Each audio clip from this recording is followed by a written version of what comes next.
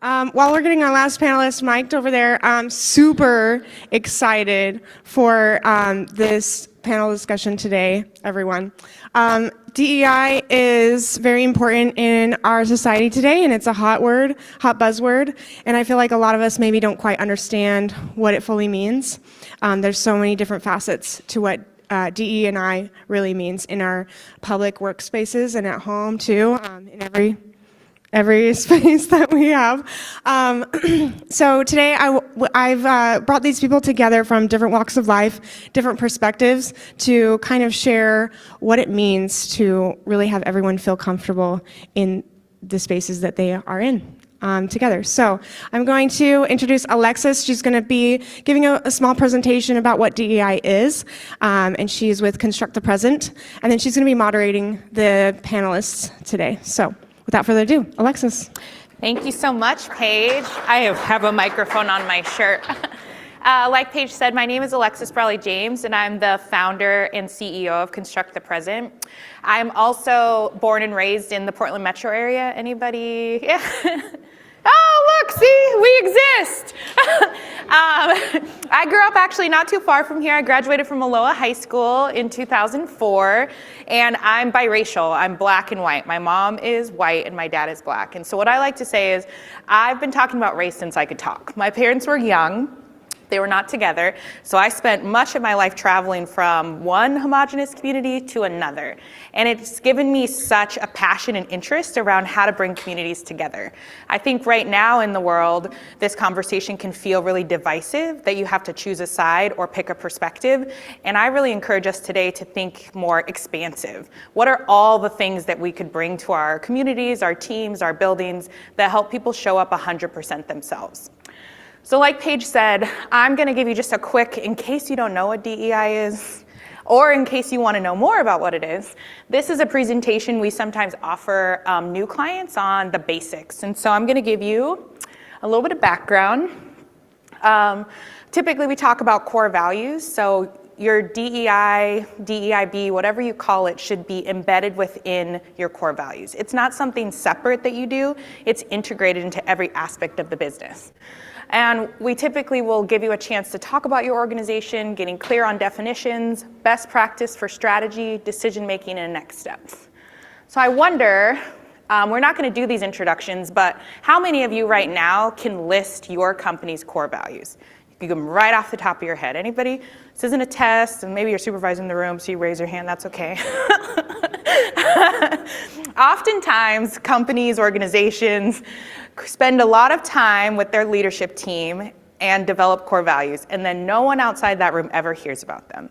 And so this is a great opportunity, if nothing else, with your inclusion strategy, is to reinvigorate those core values. Make them something that you live and breathe and take action on every single day. It's the one thing of your culture that will translate across everyone's experience.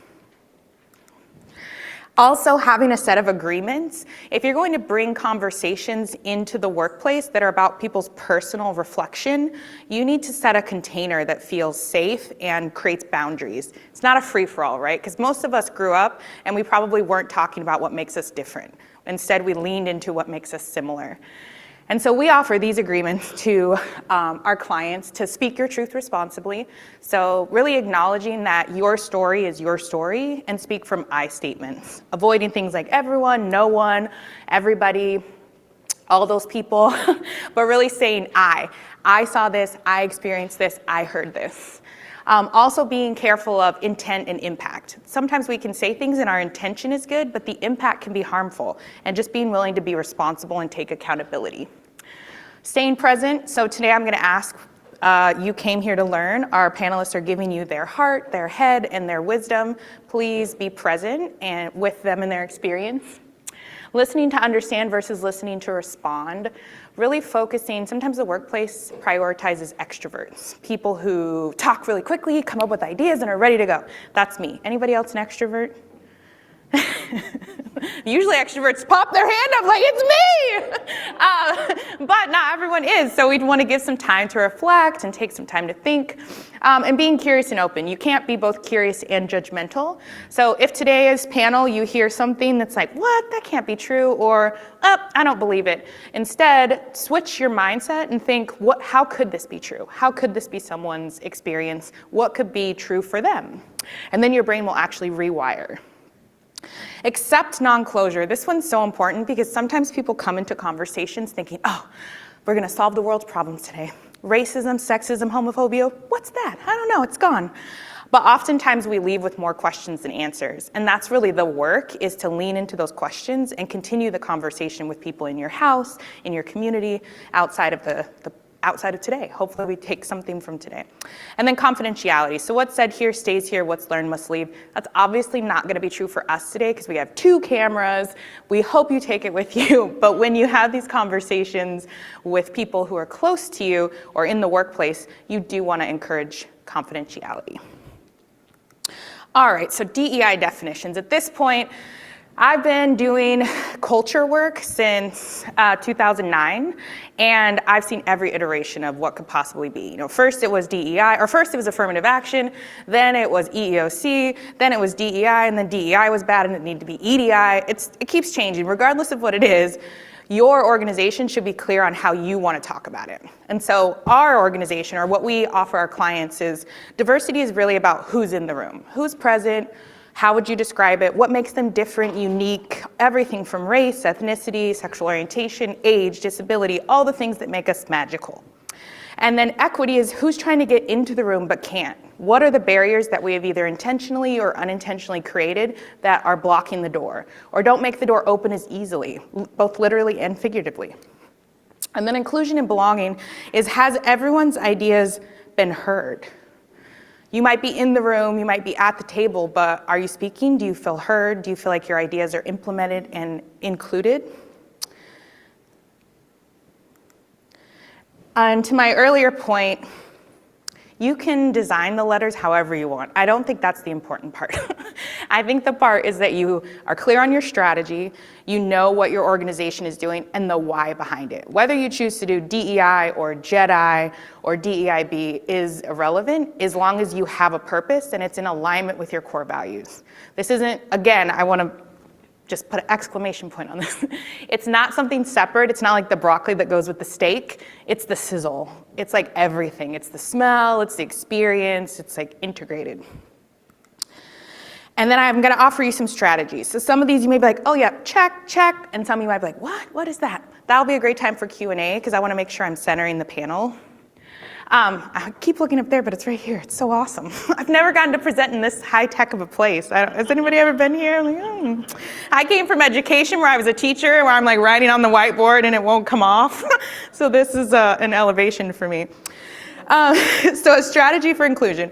Culture is what we allow. It doesn't happen by accident, right? Whether you make a decision intentionally or unintentionally, you are creating culture.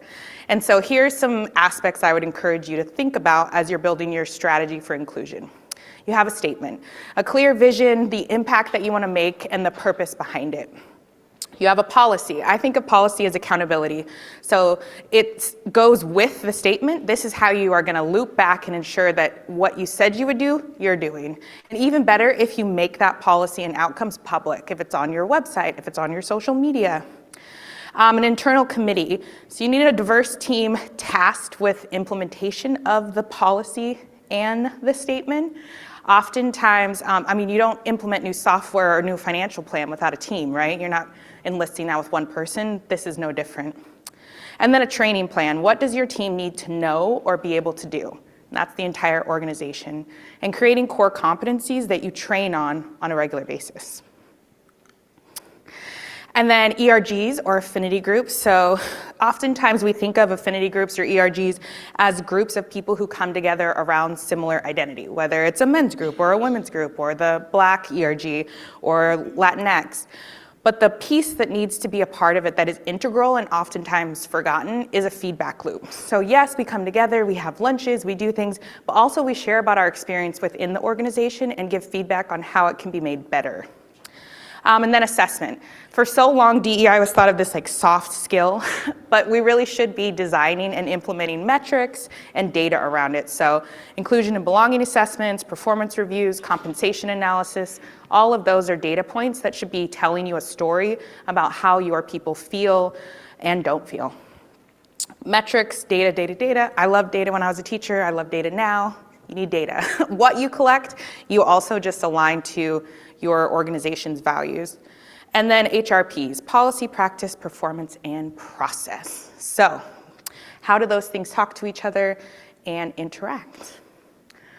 And so that is the end of my, yes, you'll get these slides, so I'm just gonna click through so that we can hear from our panelists, because I'm certainly not the only person with wisdom in this room. If you have a question, write it down. We'll leave time for Q&A, Lord willing. But I would love to welcome my panelists to the stage, and we're gonna get started. I have my questions on my phone. Even I'm not as high tech as I thought I was. Welcome. Ew. You can clap or snap or Snaps. welcome. So our first question, which will give you a chance to introduce your name, your company, your role, is tell me a little bit, how does your lived experience influence your why? Oh, I'm start? going first. You don't have to start, you can pass. I'm sure taking it. Nathan's ready to go. Okay. I'm taking it. Well, do tell Steve. Take space. And then make space. My name is Stephen Nakana, pronouns he, him. I'm originally from Cape Town, South Africa, but I wasn't born in Cape Town, South Africa. I was born in Lusaka, Zambia, during the apartheid system in South Africa. So I was born at a time when racial segregation was not only a policy, but it was a way of life for about 100 years in my country. And when apartheid ended in 1990, Cold War ended, apartheid ended, Nelson Mandela was released, I went back, or rather my family went back to South Africa because we were exiled for a period of 20 years. So my family lived as refugees in different countries. So I was born a refugee. And 1990, arrived in my country for the first time. And I tell this story, some folks have understood it or asked me, and they're like, what? That's when I realized that I was black, because I lived in predominantly black countries. And then I also realized that being black is actually a thing. Mm-hmm. And in certain situations. So growing up in Southern Africa, it was a different experience. And then I went to South Africa, and then it was a different experience. And usually I never share this, but I think I'll share it. And then I lost my parents at age 14, so I had to raise myself, raise my young sisters. Wow. And experiencing just everything that was going on in South Africa. We had political violence, we had socioeconomic issues, then we had a just crazy HIV rates that was happening, people losing families and all that stuff, and we're going through that transition. And I had to not only survive in a new country, my country though, I had to learn how to act differently, I had to learn a different language, I had to educate myself and my family. And through all that, one of the ways I protected myself and my young sisters was to go to school and then to join youth groups. And also because I was born in a situation where we were fighting against anti-apartheid, so social justice, anti-racism was something that I knew from an early age. So I carried on studying just social justice stuff, and one of the things that I wanted to do was to understand how government can help eradicate racism in South Africa. So I did finished high school, didn't pass very well, finished high school, my aim was to just pass and move on. I passed high school, I went to a community college, studied municipal administration, I worked in town planning. I was bored, and somebody actually looked at me and said, what are you doing here? So I was like, yeah, I don't know. I left after 3 months, worked in the so-called backpackers with my friends, raised a little bit of money. University of Cape Town, people like me could not study there before 1990. I found a backdoor in. I went to the University of Cape Town, studied Africa Studies, did an honors degree. Sorry, mine is long. Did an honors degree, and then went to do a master's degree in international relations because I thought, oh yeah, I can be a diplomat, and I would have been a diplomat. Then I received a scholarship to come to the US. I took it, studied another master's, went home, met my wife from America in Cape Town, decided to go for a PhD degree in Geneva, Switzerland, got a PhD degree, moved to Portland, and now I'm weird as everybody was Portlandian. Pass it on. You've been very busy. Yeah, I just really love the resilience in your story, Steve. And I don't know if they heard, but you work for PGE, so this why around wanting to see how government can help eradicate this, like that is where you're at. Yes. And we'll get to hear more about that. And you will get to, because I've remade myself, because I like to reimagine myself. And this is why that talk by Doris this morning was amazing. She was right? amazing. She was amazing. You create a goal. I had a goal. I'm going to finish high school, college, And I had a friend whom I met here. We were talking today. And I, when I was going for all these things, people would look at me and say, don't go too much to school. If you're overqualified, no one will hire you. And I was like, do you have that? No? Like, how do you know? Anyways, that's just me. So I do diversity, equity, and inclusion work, then community outreach and engagement. I infuse everything that I've learned, experienced in the work to do the work that I do. And we'll talk more about that. And with that, I'm going to pass it to my colleague. I love it. What powerful work. Thank you. Amazing.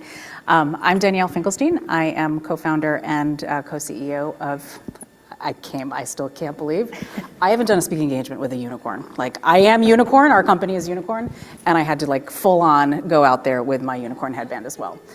So yes, all the speaking engagements I've done in my life. My daughter's probably like, Mom, why do you have that on? Which she does very often. Now, really, why? But my why? I was that young girl. I grew up on food stamps. And for me, it was always about that point of where I'm sitting now today, how can I continue to advance women in society? How do we remove, and listening to what you were talking about, how do I remove and be part of removing that barrier of education, sports, advancing ourselves in our careers? And so what we do every single day is, if you guys stopped off, talk to us, but that's what we're out to do. We're about to make history and do some incredible things, and we'll share more about what we're doing. But really, for me, is I go back to when I was that 5, 6, 7, 8-year-old girl that my parents would take me down to the Salvation Army and hand me a plastic bag and say, go eat what you want. And like in my eyes, I'm like, oh my God, this is like coolest thing in the entire world. I had no idea. And the most important part is how do we continue to create that change for this next generation? I have a daughter, and all of us in some way, shape, or form have a woman in their lives, and we have an opportunity to continue to support that and to move women forward in society. And that's why I do what I do every day. Love it. Love it. It's also my first time on stage with the unicorns. Same. If you feel the urge to clap, you could just snap. It's been fun getting to know you the last couple of days. I'm Nate McMullen. I'm the FM director for CBRE here at the Nike World Headquarters. So this amazing place I get to work at every day. It is that cool. You should be jealous if you are. Yes. Warren. I'm so jealous. I'm going to come up and visit you just so I can walk on campus. Like figure out how can we hide in here. Last night they kicked us out. You won't hide it very well. Yes. Yeah, my first time on campus, I was 16 and they Yes, threw you me did out. share. Yeah, so because I'm right here from Aloha. But my story, my mom is a Panamanian immigrant. She was adopted by an American soldier and came to the U.S. To Texas in 1960, where she went to a predominantly all-white school, where she did not speak English and was darker than everyone else. The result of that is I grew up being taught to just absorb racism and to just make it a part of how your life is supposed to be, because that was how my mom survived her life in that world. So a lot of what I do is based around kind of trying to reshape the mentality that I was exposed to growing up from a woman who realized that just letting society, just ignoring the abuse would probably help her navigate less bully and abusing that she took on. So my mom is a lot of my passion of what I do. To this day, we still argue about that you shouldn't ignore certain things. But eventually, I would also join the military, and so I'm a Marine Corps veteran. So I was over in Iraq, did that whole thing, 20-year anniversary for anybody else that's out there this week. And then as I got married, daughter, my mom's a big part of all of this, started to kind of just leverage my position in facilities to help in areas I could. Women and women's health in the workplace was an area that I found really easy as a facilities manager to contribute. And then sometime in 2020, I realized that I had a cardboard sign in my hand, and I didn't think it was as effective as making a real change. So in partnership with my leadership team, started to carve out what we could do for D&I with our employees. So it's just a learned passion. I love that. I love that. I love how your mom inspired you, her immigrant story, but also being a woman and a single parent. That's super exciting. Yeah.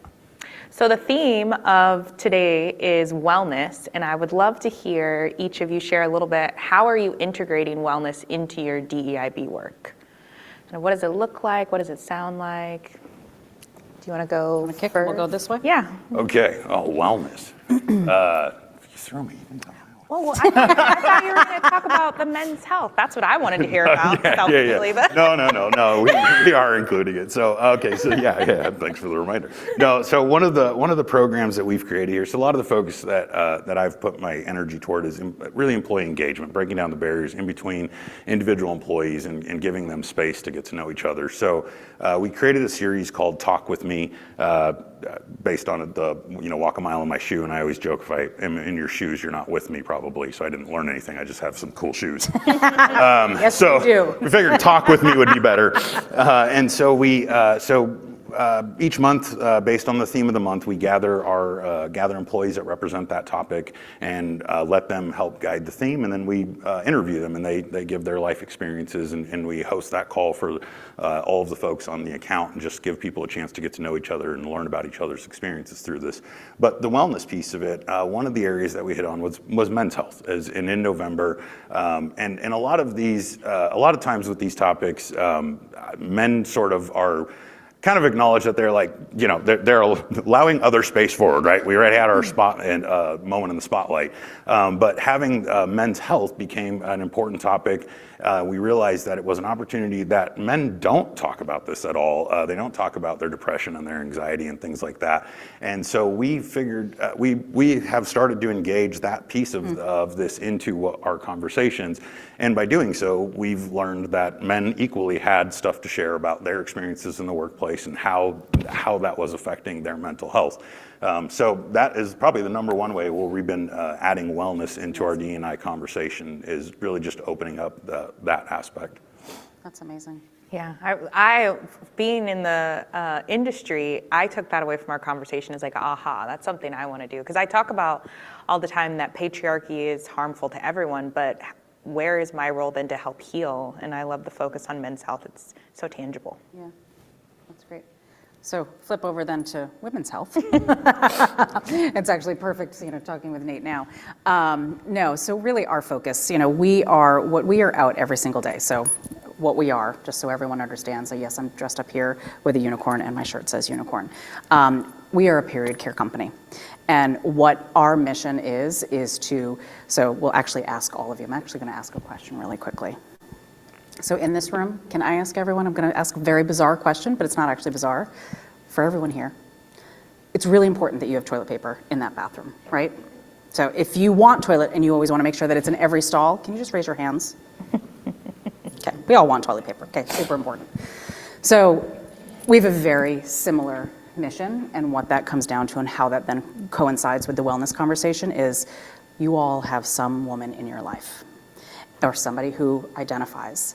And the most important piece is that in that bathroom, that every single one of them, and it's not even just in the bathroom, because you all wanted toilet paper in every stall, it's the same thing. Period products have to be there. what I said my mission, my purpose was to advance women in society. It has to start there. And so what we're out every single day and who we're talking to, and we get the pleasure of talking to folks like Nate and other folks within the DEI and B space, is that's the change that a lot really needs to happen. You know, we say that, you know, when you talk about the barriers and removing those barriers, it starts there in that bathroom. You know, again, I go back to myself as that young girl, this, 10, 12-year-old girl, and not being able to afford my period products, and what that meant then for me, and what then my parents, they pushed along and we figured things out, but that shouldn't be what's holding any woman back in society. And so for us, what's so important is what we are out there constantly talking about is how can we be part of some of that change, and how do we help leaders and organizations just understand this is simple. This is so simple. And sometimes it's like, oh God, this might be very expensive, but it's, you're paying for your toilet paper in every single bathroom. And we have an opportunity in our lifetime. What's crazy is that just here in the United States, that there is a term, it's called period poverty. And you may not know it. What it is it's 1 in 4 women and girls here in the United States cannot afford period products. And so when you hear that, you're like, wait, I can't believe that. It's in our backyard. And so how can we also help create change within that? And it can start with any type of organization and how important that is. So this is just what we're out doing. We have a ton of fun while we are doing this and having this conversation. It's a taboo topic. We get it. And that's why what we do every single day is to bring fun into the conversation and to not take ourselves too seriously because we do have to create that change and create that dialogue. And that's what we, and we got the power of our unicorn. I experienced that period poverty as an educator. When I was a teacher, there would be a line of young ladies or young women in the office because we kept period products because it's expensive. Yeah, it'll hold kids out. Some kids, they will not go to school, so they're missing like 25% of a month because they can't afford period products. And so it is about how we create that space, and as leaders and organizations, how important it is to integrate this. Thank you. Absolutely, it's amazing. And then for me, I take all that. I'm a systems thinker. I like advising folks that either manage facilities, whether you want to create a business. And one of the things that I would ask you is if you don't think about that, you are putting your company, your workforce at risk. So to me, DEI equals risk. So if you want to manage risk, how do you embed diversity, equity, and inclusion to what Alexis said as part of your organizational culture, right? You can actually put a $sign if your employees, your students do not have access, right, to services. And in societies where those inequities exist, they're even paying twice as much. They're civil war. So there's a relationship between lack of access to resources, period products, a good working environment, right? And we were talking about energy next door. If you don't even have proper energy in your company, you are putting your company at risk, costs you money because you are thinking diversity, equity, and inclusion is work. I say, no, it's your bottom line. So if you want to re-engineer your buildings, your systems, to create efficient systems, then diversity, equity, and inclusion is not just a good thing to do, it is actually a business imperative that helps you to save money at the end of the day. Because if you don't think about that, the concentric circles to your company, your community, your society, your country is dependent on it. In the US, it's calculated that racism cost us more than $1 trillion. Racism costed South Africa not only in human values, the number of people that died, right? And some folks sometimes argue like, oh yeah, apartheid ended. No, apartheid ended because it was costly. It was expensive to maintain. So racism, sexism, homophobia, bad for business because it costs us money. Thank you. It's very expensive. That's powerful. He's going to get another preach out of it. Yeah, we always talk too about retention, employee retention, right? Spend so much money recruiting employees, and then if you don't have a culture that supports them and encourages them, it is so expensive. You just turn and burn. Well, and I think a big piece around that too is in this day and age too is employees want to be seen, they want to be heard, and there's so many little pieces that if you can, to your point, it is this retention piece and how important that is. Yeah, I mean, that goes into I go back to women's wellness and just how important that is. Yeah, I'm definitely going to work someplace where they have period products in the stall. Yeah. I feel like I come to these panels all the time and I'm struggling with like, well, okay, but what do I do today? You know, there's always this, I personally have a mindset towards action because my business name is Construct the Present. Like the decisions we make today is what's going to get us to the future that we dream of. It doesn't happen magically. It doesn't happen by accident. So I'm curious, based on your experiences, the work you do, what next steps would you offer the room? Well, I love what he just said. I know. Like, it's not woke. It's like, look at your bottom line. Like, so don't overcomplicate it and don't cloud it up with the rhetoric that you see in here. Some of it is as simple as this, like period products in men's restrooms. The amount of rhetoric that you hear around that, and why should you care? Just put it in there. Is it as simple as maybe there's a single dad out there who needs to be able to grab a couple of these to take home? You know, like, so this is not too complicated. Mother's rooms. That fridge is for milk, not for beer. Don't take a nap in there. It's not your hangover space. Yep. If you want to complain about who's going into what restroom, but then you'll go sit in a mother's room and take a phone call. Yep. Well, why are you going into that space if we're going to gender things? Don't gender restrooms. Gendering restrooms assume that we understand that there's 50% of men and women are going to come into that space at all times. We'll have equal population. That's statistically ridiculous. No, it's, yes. So why are we trying to do that? Why wouldn't we just It's just inefficient. It's ridiculous. I'm cleaning a bathroom 5 times. There's 2 women on this floor. I got 150 people and I'm cleaning it 5 times. What are we doing? So don't, I mean, mine is just like, look for easy opportunities.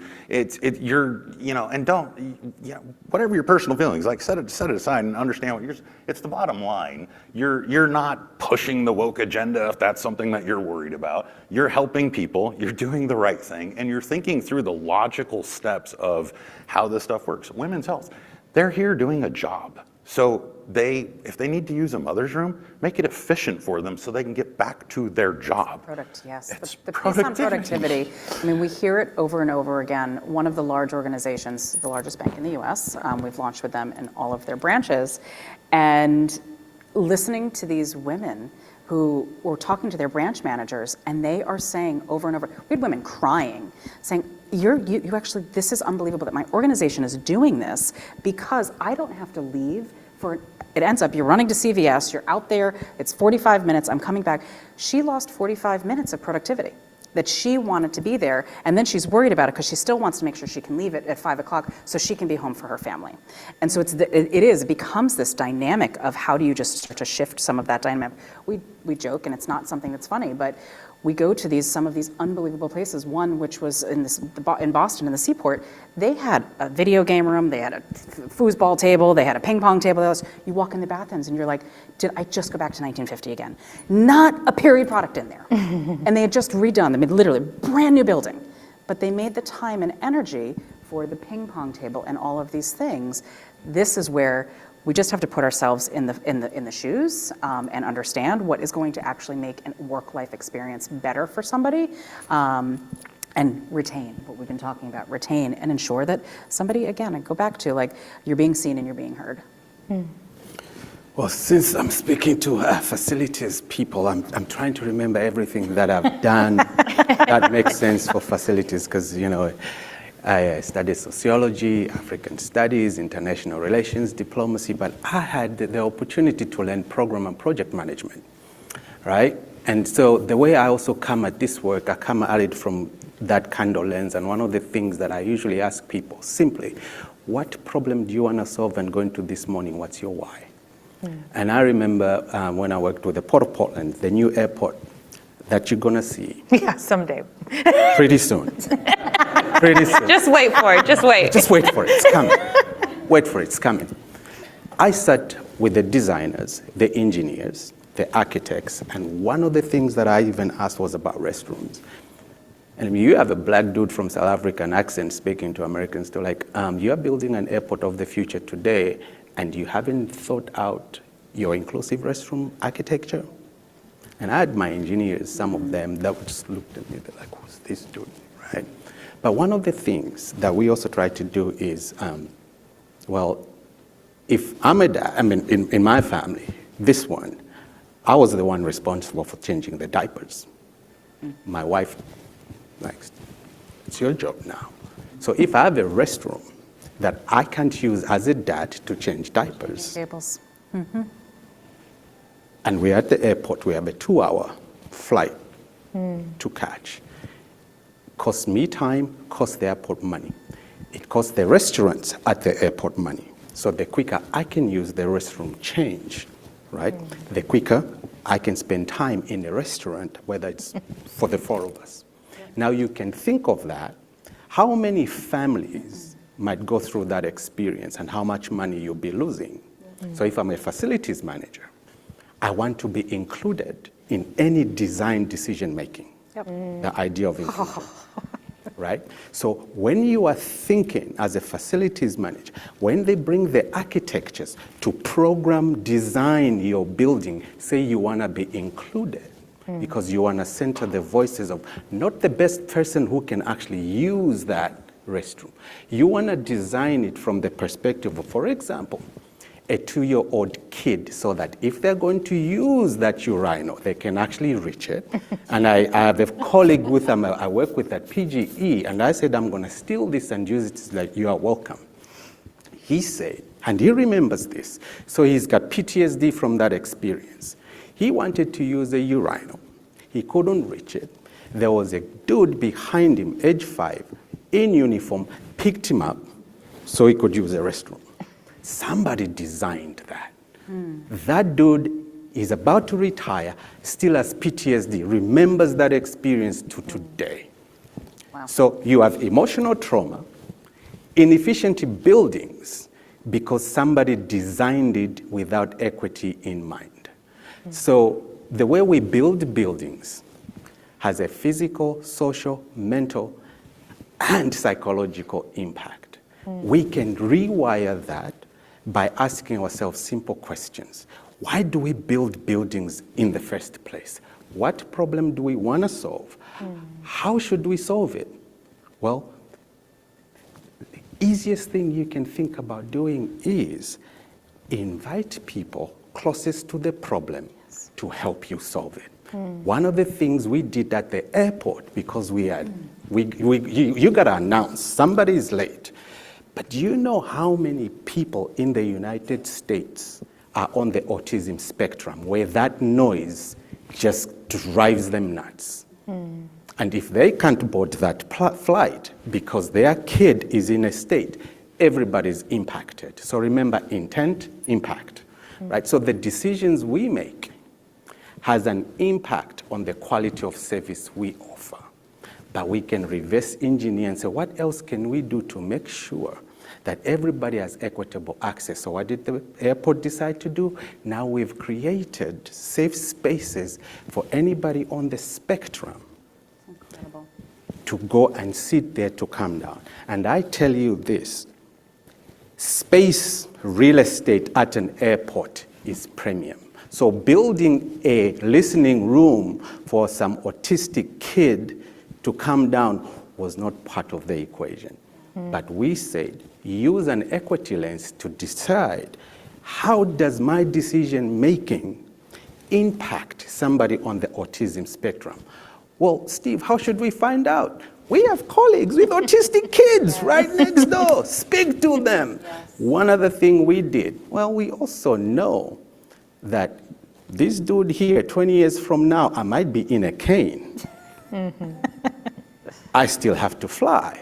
So if we are going to create an airport that is accessible and inclusive to the current silver tsunami happening, how do we do? Well, call the silver tsunami people and speak to them. We know we had people hard of hearing and some can't see. How do you design an airport that caters to the needs of hard of hearing and blind people? Invite them in, listen to them, and integrate their thinking in your design. And you said people might think it will cost money. It was actually cheaper to do it that way than to retrofit 5 years and 10 years from now. So sometimes when we're talking about DEI, you'll hear, like I indicated before, it's going to be costly. How do you know you've never done it? Just like people told me, you want to get a master's degree, you're qualified. Do you have one? No. How do you know? Right? So the same ideas to challenge the way we think so that the outcomes that we want to create for me around DEI is about money. It's really about money. I want you to make money. I want to make money because I live in a money society, right? But creating the accessibility to how we make money, well, we just need to think differently. Wow. All right. I'll say one thing, because what you're saying, I mean, it resonates so deeply. I mean, you're so powerful in the work that you are doing. So why don't just actually, like, this, it's amazing. But I do think, I mean, I'm going to say on our behalf, too, is when you think about this, when you talk about being in the shoes, also the future and where we are going, and continuing for us to always think about what is that next step. You know, my thing is, as I do sit up here, is one of the things is that every single one of you walks away and thinks about in your work environment of what can you do to create change in our space, in the period care space. What are you doing in your bathrooms so that you know that your female employees, you're doing the best that you can for them to provide it in every single stall. So I appreciate you saying like, yes, but I do like thinking about where every single person is. We always, one of the things, which it's not funny, but men had changing tables in the bathrooms before we've had period products. And it's because they asked. And so we're sitting here because now as women, we've stuffed them up our sleeves forever. Like, that's just what we've done. And now it's really like being in places where somebody is actually asking and you're telling and you're advocating for it. So yeah, and you're like, thank you. So I know how to change diapers. If you want, come to me. I got a lesson plan. We have just a few minutes for question and answer. Are there any burning or important questions you'd like to ask the panelists or myself? Or non-burning. Yeah. Long burning, yeah. Sorry, what did I say? Short Well, burning? no, you said burning. Yes. You're gonna- Burning. it's It gonna could just be standard. medium or Yeah. cold. Anybody? Cold questions? Reheatable? Okay. Well, I really liked your idea, and it made me think of, you know, in marketing, they create personas and they kind of think about who they're trying to serve. And now I have this idea of like, maybe I could, how do we create personas for design and DEI work? So it's resonating with me. Thank you so much for all of your wisdom, insight, and sharing your stories. Thank you for attending. And Paige, is there any kind of closing? Otherwise, you can ask your questions individually. I have an idea.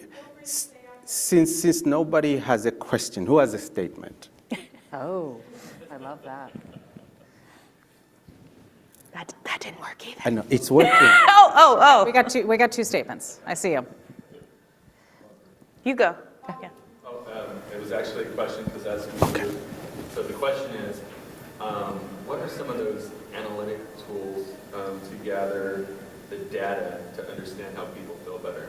You had mentioned some tools at the outset, like with surveys and whatnot, but how do we get at the analytics? Because I know with the technological, digital age and everything, we got to have data drive our decisions, right? Yes. So what are some of those that you've seen out there? Just surveys? I mean, what are... Yeah, so his question is, what are the analytical tools you can use to assess people's feelings or their feeling of belonging and inclusion?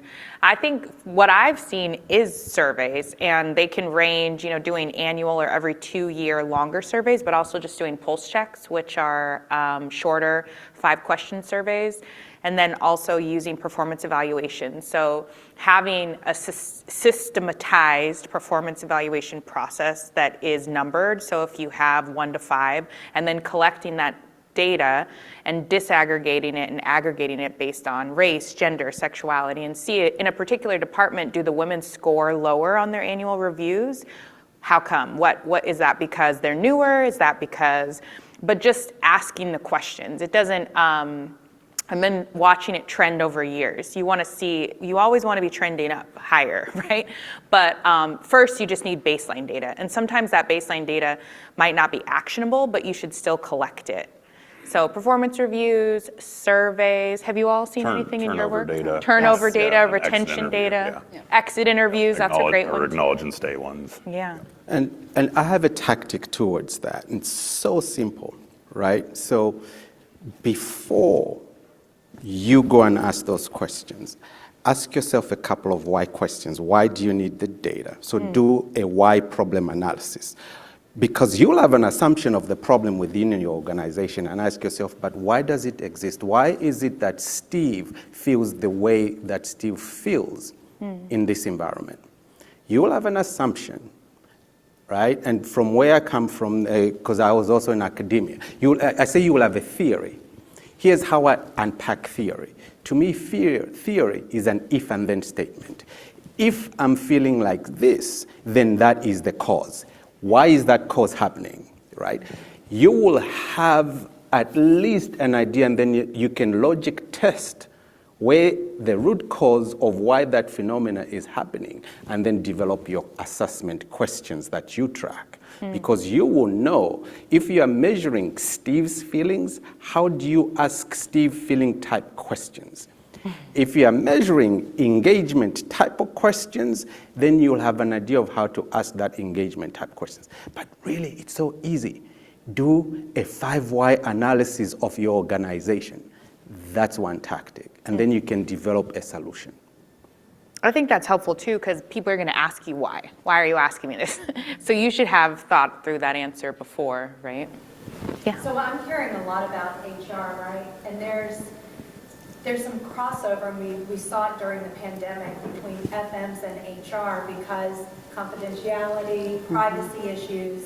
And what I'm hearing is that some of these changes have been brought about because if you're talking about performance reviews, if you're wanting to get data on turnover, HR is going to already be tracking a lot of that information. So maybe FM's really coming together with their HR counterpart and showing how you can create change together that benefits retention, because it's so expensive onboarding, turn and turn. Yeah. And I have a question for the panel. What are you seeing in making these changes? How are you getting them accepted? Obviously, yes, it can save money, but how do you bring that around and influence them? And I love the story about what you're doing with the staff here and really getting them to see each other as individuals and people versus groups. Because if we sit down one-on-one and we have conversations, you see their individual story, and it's not that it's a threat against you, but it's a way of just, then I want to share my story, and you learn from each other. But as an FM, FMs are about people and how we use the space. So how do you get that change? Because maybe there's some people here that would like to make that change, but what's that first step? It's a great question. What's that first step?